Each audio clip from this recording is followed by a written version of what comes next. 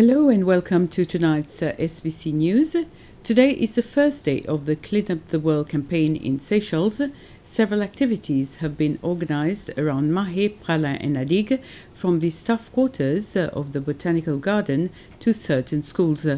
Cleaning activities will continue over the weekend, and the Providence landfill will be free from 8 a.m. to 4 p.m. for household and community waste only, and this will go up to Tuesday the 21st of September. A new addition to this year's campaign is a cleanup in the sea. For divers, we're cleaning an area near Providence within the Sainte-Anne Marine Park.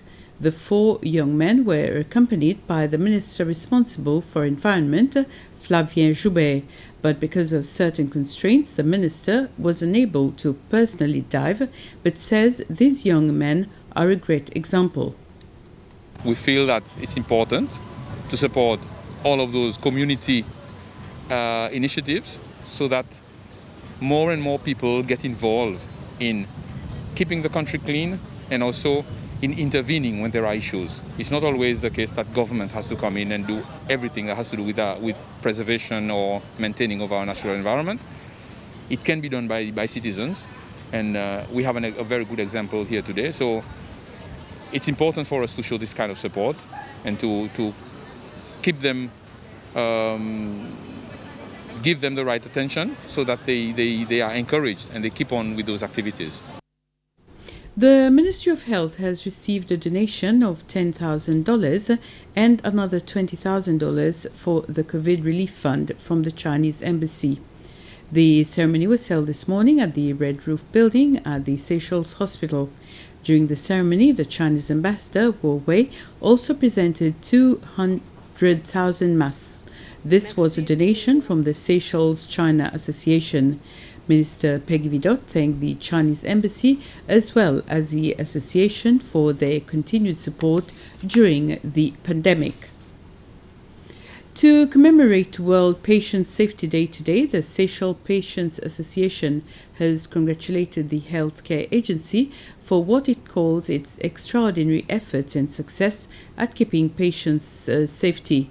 It follows the way by which the agency handled cases of COVID-19 in its facilities during the pandemic.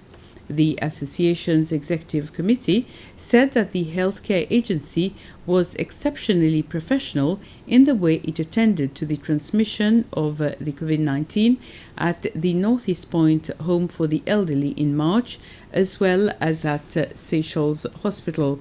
The committee said it all resulted in minimal further health consequences to the patients.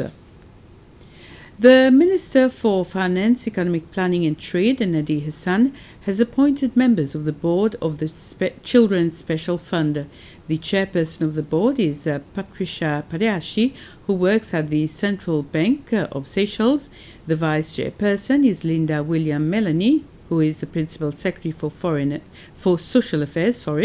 The other 4 members are Lenny Pallet and Terrell Adrien, both from the Ministry of Finance, Lynn Mossien from the Institute of Early Childhood Development, and Myrna Hulantin from the Ministry of Education. The appointment of the new members of the board of the Children's Special Fund took effect on the 14th of this month, and their mandate is for a period of 3 years.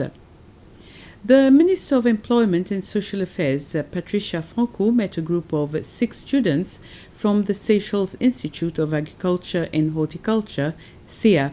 The students have just ended their studies. Present at the meeting were the Principal Secretary for Employment, Jules Baker, and the Director General of Employment Program, Letimi Dukli. During the meeting, the young people discussed their successes as well as the challenges they face.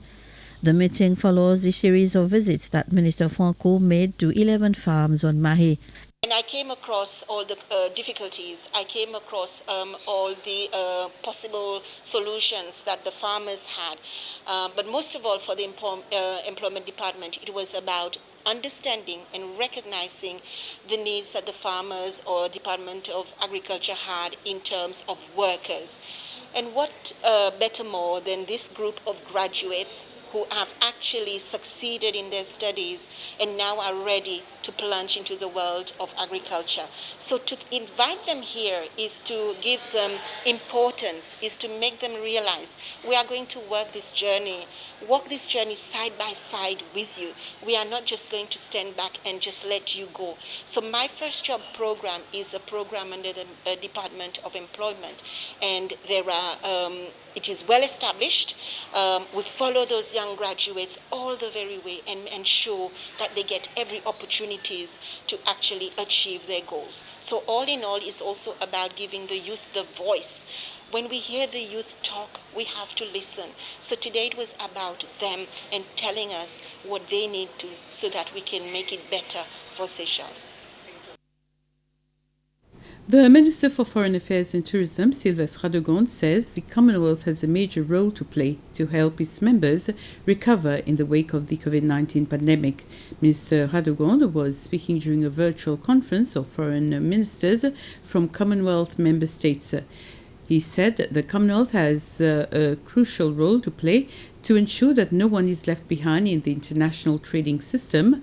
On the issue of health and vaccine, Minister Radegonde said that while there had been encouraging developments, including the distribution of vaccines, there was still a long way to go.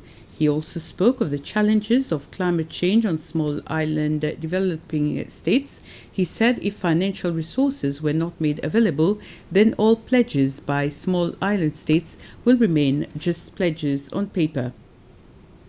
The government says it's removing the temporary increase of 25% of excise tax on the importation of motor vehicles, which was introduced in January this year. This is to take effect on the 1st of January next year. The opposition United Seychelles has called on the government to increase workers' salary and pay the 13th salary. It has also expressed concern about the increase of bus fares to 10 rupees and the situation of Air Seychelles. It made the call during its 9th press conference this morning. United Seychelles says the bus fare increase to 10 rupees is too high for people who use public transport. So during its 9th press conference this morning, Party leader Dr. Patrick Hermini calls on government to increase workers' salary by 2,000 rupees and also pay the 13th-month salary. He says the money will come from the 1.2 billion rupees government says it has saved from this year's allocated budget in the last 10 months. Earlier, he explained that United Seychelles felt it necessary to come forward to highlight the people's suffering. He said the impression from the government that life is rosy, the economy is improving, and living standard is getting better is contrary to the reality on the ground. On the subject of the situation and future of Air Seychelles, United Seychelles sees the situation as very worrying and a bleak future. Deputy leader Jacqueline Dugas says this is a result of very bad management by an inexperienced government which keeps forming committees so as to procrastinate on the difficult decision that must be taken on the future of Air Seychelles. He adds that because of its incompetence, government has taken two miscalculated decisions that has worsened the situation, buying out Etihad's shares in the company and acting indifferently towards the bondholders. He also says that United Seychelles does not believe that the government really wanted to save Air Seychelles, since according to an IMF staff report published last year, liquidation of Air Seychelles was an option.